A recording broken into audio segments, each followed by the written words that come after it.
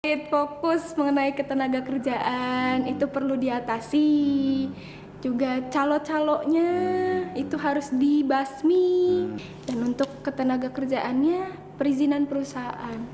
Itu harus ditambahkan bahwa perusahaan tersebut harus menerima 50% KTP pegawainya berdomisili di tempat perusahaan tersebut berada. Ayo kita berpolitik, ayo kita maju bersama kaum Gen Z dan milenial.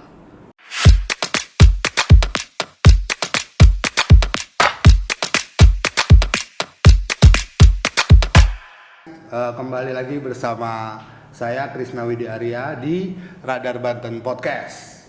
Podcast yang membahas berbagai macam hal dari hal yang paling unik hingga paling menarik. Kali ini tanpa harus menjadikan tamu ini misteri karena nanti ada di thumbnail dan di judul, kita sebuah kehormatan, kita hari ini kedatangan tamu generasi Z, Gen Z, namanya Nisrina Salsabila. Yang menarik, Nisrina saat ini berumur 21 tahun, 21. mahasiswa di Universitas Sultan Ageng Tirtayasa, administrasi publik, Yep.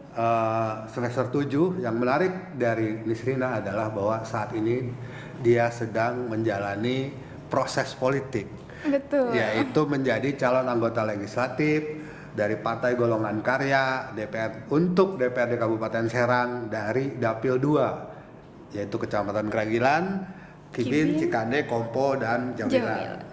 Nah, untuk itu mari kita bahas sosok menarik ini, karena seperti kita tahu banyak yang bilang bahwa sekarang zamannya anak muda, Betul. di mana 56% pemilih adalah milenial dan Gen Z, dan ini kita ketemu dengan salah satu pelakunya. Ya, selamat pagi Mbak Nisrina Salsabila. Pagi. Coba sedikit ceritakan tentang Anda. Saya sudah resumekan, tapi siapa tahu ada yang kurang.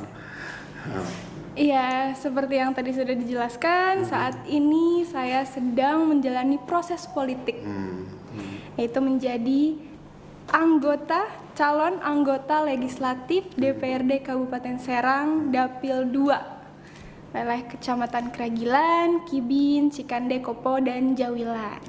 Oke.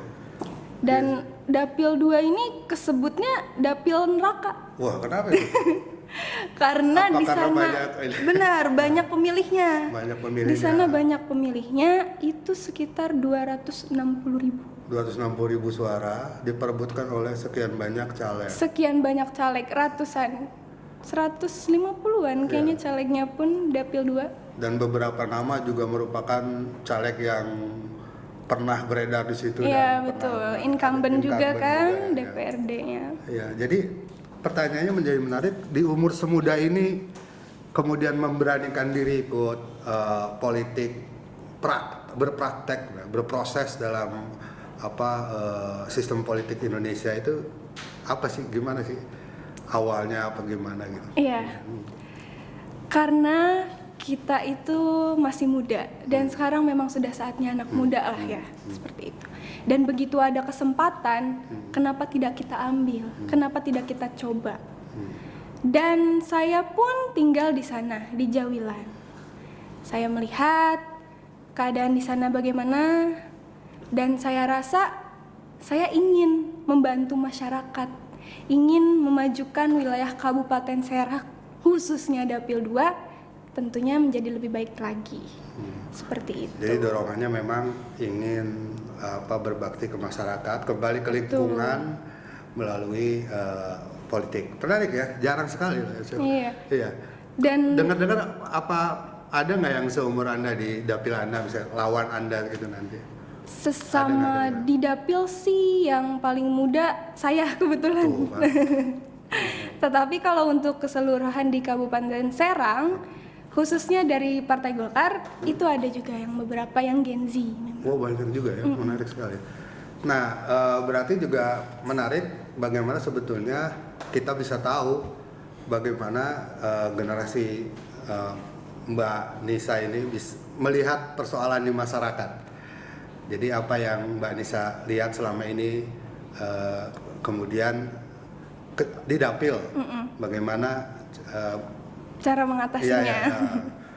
Ya, kalau kita melihat wilayah Dapil 2 itu kan terkenal dengan daerah industri, terutama di kawasan modern.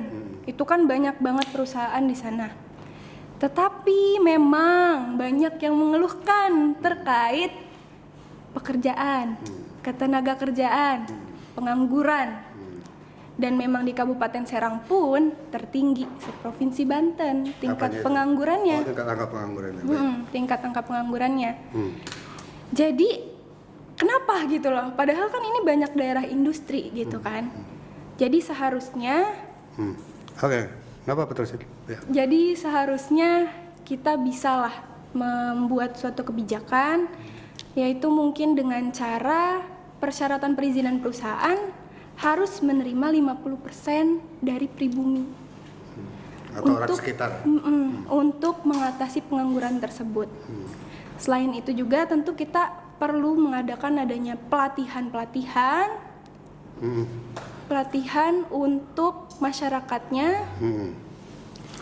Dan pelatihan tersebut juga diperuntukkan untuk agar mereka memiliki kemandirian usaha. Bisa dengan UMKM. Karena memang data UMKM di Kabupaten Serang pun banyak ya. Saya kebetulan sekarang skripsinya meneliti tentang itu juga. Wow. Ya. Jadi berdasarkan data itu khusus yang perempuan aja itu ada 4.000 lebih, 4.600 lebih. Jadi seharusnya bisa lebih dikembangkan lagi gitu loh, UMKM-nya lebih diaktifkan lagi karena terkadang mereka ini kayak musiman gitu loh, lagi musimnya ini ya udah jual seadanya gitu. Tapi padahal kan bisa lebih dikembangkan lagi. Mungkin nanti akan ada pelatihan e-commerce seperti itu karena sekarang kan lagi zaman teknologi udah canggih banget. Banyak yang namanya online shop. Jadi seharusnya mereka lebih memasarkan produknya lagi lebih luas. Seperti itu. Ya itu menarik isunya dan sudah dijabarkan oleh generasi Z nih. Menarik. Isu lain ada nggak selain ketenaga kerjaan yang memang kelihatan banget ya, tapi ada nggak isu yang lain yang menurut Mbak Ina menarik yang memang harus diadres dan kemudian diselesaikan secara politis gitu melalui kebijakan-kebijakan pemerintah nanti bila menjabat? Sejauh ini sih memang kalau melihat permasalahan di sana masih berkaitan dengan ketenaga kerjaan sebenarnya. Karena banyak dari kaum muda-mudinya juga nih, pemuda-pemudinya di sana yang bosenan juga. Jadi kadang udah dapat kerja di pabrik tapi karena ya bosen gitu loh, pengen coba suasana yang baru jadi malah resign gitu. Ya jadi, memang Gen Z kan begitu katanya kan, nggak bertahan gitu. Iya, jadi mungkin kalau di kantornya toksik gitu katanya kan, mereka cepet pindah gitu. Iya, tergantung lingkungannya juga sih ya sebenarnya. Tapi balik lagi ke diri masing-masing sih sebenarnya, tergantung pribadinya juga gitu. Dan ya itu bisa dengan melakukan usaha gitu, seperti pelatihan. Dan juga untuk ibu-ibunya pun bisa diadakan dengan pelatihan seperti itu. Dan mungkin kalau untuk di sana kan masih ada juga daerah persawahan kebunan gitu. Ada beberapa yang mungkin sebagai jika saya menjabat sebagai anggota DPRD akan bekerja sama dengan pemerintah untuk terus mendukung dan mendorong para petani untuk terus mengembangkan hasil taninya agar mereka dapat terus mengembangkan hasil pertanian mereka. Wah, sudah. Karena ada juga waktu itu di daerah Kopo ya, itu kebun yang diolah oleh masyarakat itu sudah menjadi bisa menjadi pokok gitu, memenuhi kebutuhan pokok masyarakatnya karena mereka menanam tanaman sayur kayak cabai, timun, tomat kayak seperti itu. Kan kalau misalkan diterapkan di seluruh desa itu kan bisa lebih baik lagi. Jadi lebih menghemat kos lah. Iya. Ternyata pemetaan masalah juga sudah sudah baik sekali ya. Terus nah untuk kemudian ya namanya dalam proses apalagi kontestasi pencalegan ini ya, untuk kemudian menyampaikan apa yang ada di ide-ide Anda ini ke masyarakat di dapilnya, apa sih yang udah dikerjakan selama ini dan akan nanti gimana? Ya tentu saya sudah datang ke masyarakat, ke beberapa, datang ke titik-titik, ke desa, ke kampung mereka untuk berbicara seperti ini. Kita ngobrol, saya cari tahu juga permasalahan yang di sini apa gitu kan. Karena memang ya tugas anggota dewan pun seperti itu gitu kan, menyampaikan aspirasi dari masyarakat kepada pemerintah, kepada kepala daerah yang sedang menjabat seperti itu. Jadi saya sambil belajar juga sudah datang ke masyarakat. Udah berapa lama tuh? Udah keliling berapa lama gitu kan? Biasanya keliling kan kalau Iya caleg mah, betul. ya. Kebetulan kalau dari Golkar sendiri itu kita sistemnya mendampingi. Kemarin saya sudah mendampingi calon gubernur Banten, Ibu Airin. Terus calon Bupati Serang juga, Bapak Haji Andika, seperti itu. Jadi kita keliling mendampingi beliau-beliau inilah. Terus apa selama di perjalanan itu ketemu hal apa lagi? Apakah kemudian ketemu isu-isu baru? Kemudian wah sepertinya ternyata orang selama ini berpikir masalahnya ini ternyata ini ada gitu. Ketemu nggak hal kayak gitu kira-kira? Sebenarnya memang banyak yang dikeluhkannya itu terkait pengangguran aja sih. Tapi itu pasti Bener-bener masalah. Makanya untuk fokus saya pun ketika nanti menjabat tentu terkait pengangguran tersebut, masalah ketenaga kerjaan. Jadi itu yang Anda akan fokuskan kerjakan bila nanti menjabat. Iya betul. Dengan langkah-langkah konkret seperti apa misalnya itu nanti kalau kepilih?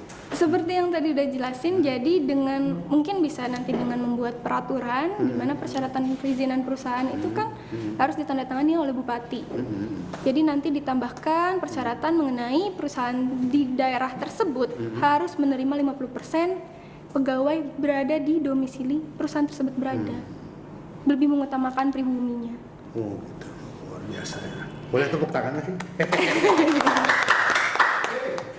Karena banyak dari mereka pun dan emang kalau baca di artikel-artikel begitu, pengangguran di Banten ini tertinggi itu karena banyak dari luar, banyak orang-orang dari luar yang masuk ke Banten, yang mencari pekerjaan juga di Banten. Terus apa namanya pikiran Anda soal itu apa? Kenapa hal itu kan udah ketemu nih? Oh karena banyak orang luar. Lalu langkah-langkahnya adalah tadi makanya pemerintah meminta mereka untuk memprioritaskan Pribumi. orang sekitar dulu baru. Oh iya menarik. Nah, bagaimanapun prasangka orang, bukan prasangka orang sih, asumsi orang atau apapun bahwa sebetulnya politik tuh dunia dalam tanda kutip orang tua ya. Nah, sebagai anak muda berumur 21 tahun rapat caleg aja lah, kan rata-rata jauh sekali ya, mungkin ada yang seumur bapak, ada yang seumur gitu kan. Itu gimana sih, gimana Anda cara menghandle-nya, atau apakah mereka kemudian memandang lu masih kecil, gimana tuh? Ada ceritanya nggak yang mana? Enggak sih, alhamdulillah ya kita sesama caleg gitu ya. Ya kita saling malah kayak ibu ke anak bener gitu. Mungkin karena emang jaraknya jauh gitu. Jadi kayak bapak ke anak, kayak ibu ke anak, tapi mereka saling merangkul juga sih. Kita Dan saling Anda merasa terbantu ya belajar. Iya, benar. Menjadi Kita bagian juga belajar juga kan sama beliau-beliau yang memang sudah lebih berpengalaman.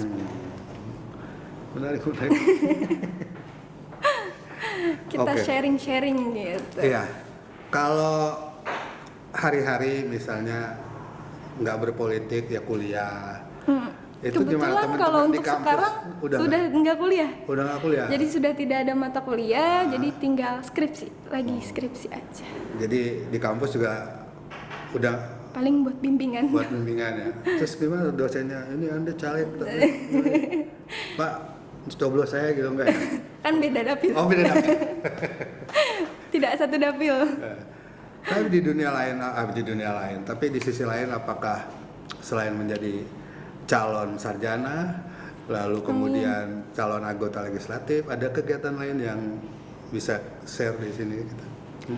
Ya mungkin untuk kesibukan lainnya karena kebetulan saya memiliki perusahaan ya di daerah Merayan, PT Satria Mulia Perkasa, dan kebetulan saya menjadi direkturnya. Wah, silakan apa itu produknya? Itu bergerak di bidang limbah, Oh. perusahaan limbah, iya.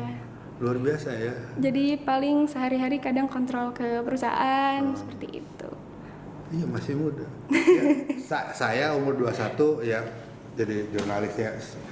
Kita memang punya timeline masing-masing, tapi menarik bahwa umur usia juga ternyata tidak menjadi hambatan ya, untuk kemudian berbakti ke masyarakat melalui jalur politik sekalipun atau jalur apapun. Nah, di keluarga nih, menjalani ini gimana? Apakah ya gimana? Ya alhamdulillah keluarga besar kan memang kebetulan domisili di Dapil 2, keluarga besar. Dan mereka semua mendukung, alhamdulillah. Ya harus mendukung. Benar-benar mendukung, all out All gitu out, lah. all in lah. Membantu kita gitu ketika kunjungan-kunjungan ke masyarakat seperti itu. Mereka semua saudara-saudara yang membantu mencarikan titik-titik temunya gitu, rumah-rumahnya di mana saja. Yang perlu diundang tokoh-tokoh segala macam siapa aja gitu. Wah, jadi Membantu promosikan juga. luar biasa. Sangat mendukung, Sangat alhamdulillah. mendukung ya. Terus apakah kemudian dukungan keluarga itu juga akan menambah hal kayak sebagai tenaga baru apa gimana buat Anda berkeliling, kan capek sebetulnya kan? Ya dijadikan tim, Berkampanye benar. itu capek kan? Iya, jadi dari keluarga pun yang masih muda-mudanya gitu kita jadikan tim. Wow. Tim sukses gitu. Waduh. Untuk kita ya seperti itu membantu kita ketika keliling, ketika sosialisasi dengan masyarakat. Apa ada Masaran, cerita menarik gitu. apa ketemu masyarakat? Terkadang gini, mereka tuh malah salah manggil nama gitu. Gimana? Nama saya itu kan Nisrina Salsabila, tapi terkadang mereka manggilnya Nirisan, Iya, masyarakat lebih biasa ya. Ninisan, Oh, kayak gitu ya? gitu. Tapi lucu jadinya. Ya berarti jelaskan lagi kan? Iya, nanti Jangan-jangan kenalan poster lagi, saya salah ulangan juga ya? lagi, ulangin lagi kenalannya gitu. Oke. Tapi lucu sih jadinya. Oke, menarik sekali. Nah, Dapil 2 Anda sudah petakan apa aja persoalannya dan segala macam. Dan kira-kira selain misalnya nyebar spanduk untuk sosialisasi, apa aja yang dilakukan selain yang udah dilakukan gitu untuk mensosialisasikan selain datang lalu kemudian ini gitu. Iya, dengan promosi di media sosial juga. Oh, punya media sosial juga? Ada dong tentunya. Nanti dicantumin ya. Ada media sosialnya, ada Instagram, ada Facebook, ada melalui sahabat Nisrina, Oh, ada punya ada relawan relawan itu. Nisrina, iya. Seperti itu. Sejauh ini gimana tuh? Merasa efektifkah apa mana yang menurut Anda? Cukup lebih- efektif, efektif sih. Terutama buat kaum Gen Z, Iya. milenial yang masih sangat amat up to date gitu loh terkait teknologi. Maka untuk mendekati kaum milenial Anda pakai ini, untuk mendekati yang post kolonial itu punya cara yang masing-masing lah. Dengan Ya. kunjungan. Iya, ya. benar. Sejauh ini gimana? Ada sambutan langsung, misalnya bukan sambutan langsung ya, ada dampak langsung misalnya dari netizen atau apa yang Anda terima yang menarik? Misalnya, kan di Instagram suka ada aja kan mulut netizen kadang-kadang. Iya benar. Ada yang menarik nggak kira-kira yang? Tapi sejauh ini enggak sih, enggak ada kritikan-kritikan seperti itu. Alhamdulillah ya positif lah mereka, balasan yang positif Positif untuk ya? setiap postingan. Berapa kali tuh posting sehari? Kalau keliling pasti postingnya Banyak. banyak juga ya. Nah, Kadang kita hariannya paling post konten-konten atau dari foto-foto lama gitu. Cuman ganti-ganti videonya, lagunya gitu doang. Kita post ulang. nah,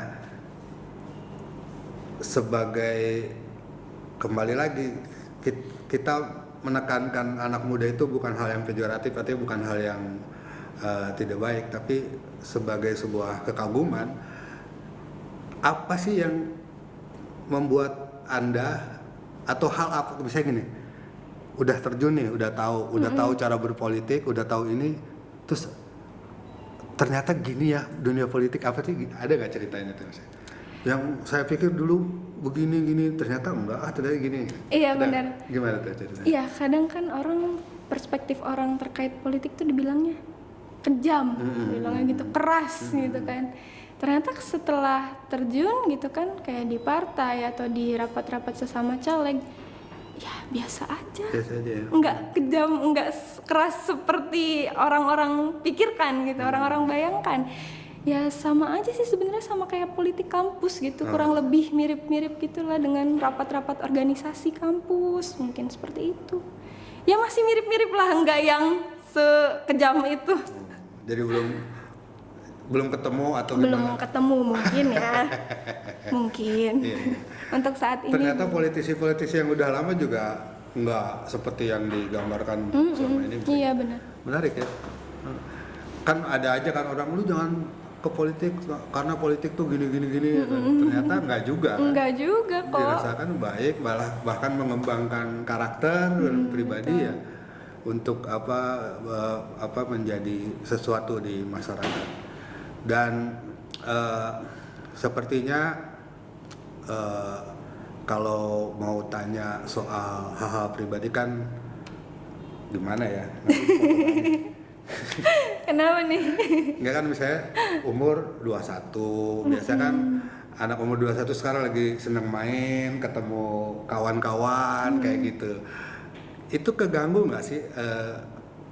Enggak. Main? Enggak ya?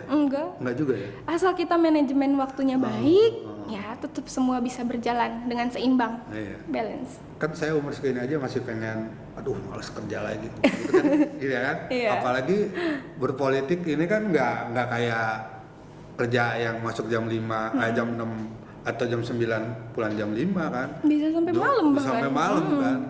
Kadang-kadang kan bikin malas juga kan misalnya gitu. Tapi enggak ya, kampanye Anda seneng banget berkampanye keliling ketemu orang tuh seneng ya? Seneng karena ya gitu, kita kadang dapat insight baru juga kan dari masyarakat, kayak terkait permasalahan mereka, terus dapat kenalan baru juga kan, relasi baru, kayak gitu. Luar biasa ya? Dibawa santai aja, Dibawa asal santai. kitanya santai, kitanya enjoy, ya pasti bakal enak aja jalaninnya. Iya. Luar biasa, tepuk tangan lagi kalau ada penonton.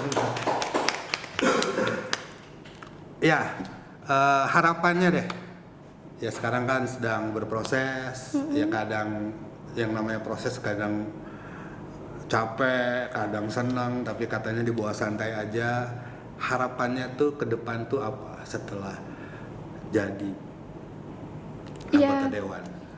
Tentunya menjalankan apa yang sudah saya petakan, apa yang sudah saya gambarkan, yang menjadi fokus saya, seperti yang sudah dipaparkan sebelumnya, itu yang selalu diutamakan. Mending diulang lagi apa yang dipaparkan tadi. Ya terkait Biar fokus, semuanya ingat lagi, program saya adalah ini gitu. terkait fokus mengenai ketenaga kerjaan, itu perlu diatasi. Juga calo-calonya itu harus dibasmi dengan cara, kalau calo-calo itu ya tentu dengan kerjasama dengan perusahaan tersebut juga ya, untuk membasmi calo-calo tersebut. Dan untuk ketenaga kerjaannya, perizinan perusahaan itu harus ditambahkan bahwa perusahaan tersebut harus menerima 50% KTP pegawainya berdomisili di tempat perusahaan tersebut berada, lebih mengutamakan pribumi.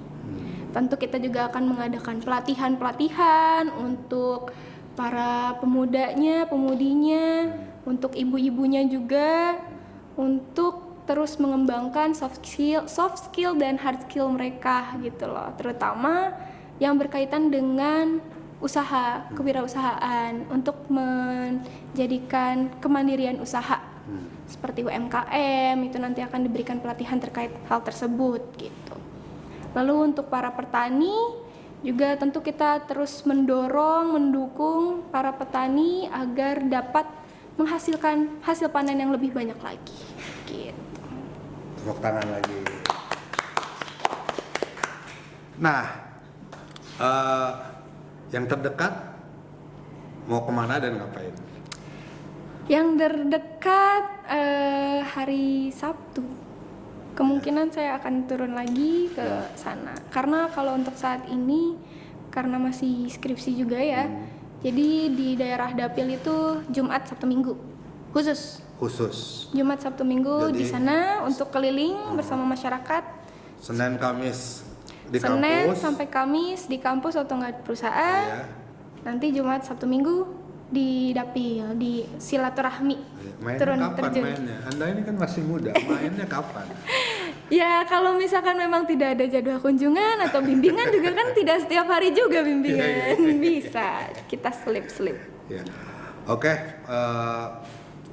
demikian saudara-saudara, teman Radar Banten Podcast, kita sudah ngobrol banyak dengan Nisrina Salsabila, caleg termuda dari Partai Golkar untuk Dapil 2 DPRD Kabupaten Serang. Semoga bermanfaat. Amin.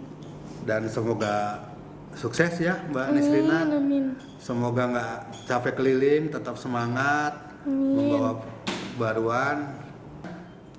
Sebagai closing statement, coba kita sapa semua teman-teman Radar Banten Podcast dan kenapa Anda harus memilih milenial seperti saya. Hai teman-teman milenial. Oh ini kameranya gini. Oh yang ini. Ya. Hai teman-teman podcast Radar, terutama kaum milenial dan Gen Z. Saat ini sudah saatnya yang muda yang menduduki posisi pemerintahan maupun non-pemerintahan. So, ayo kita berpolitik, ayo kita maju bersama kaum Gen Z dan milenial. Jangan Mungkin lupa gitu. pilih, Jangan lupa pilih untuk masyarakat Dapil 2 Kabupaten Serang, wilayah Kecamatan Kragilan, Kibin, Cikande, Kopo, dan Jawilan. Jangan lupa pilih Nisrina Salsabila dari Partai Golkar nomor urut 4. Oke, terima kasih pendengar Radar Banten Podcast. Jangan lupa untuk like, share, and subscribe channel Radar Banten Des Official. Sampai jumpa. Assalamualaikum warahmatullahi wabarakatuh. Waalaikumsalam.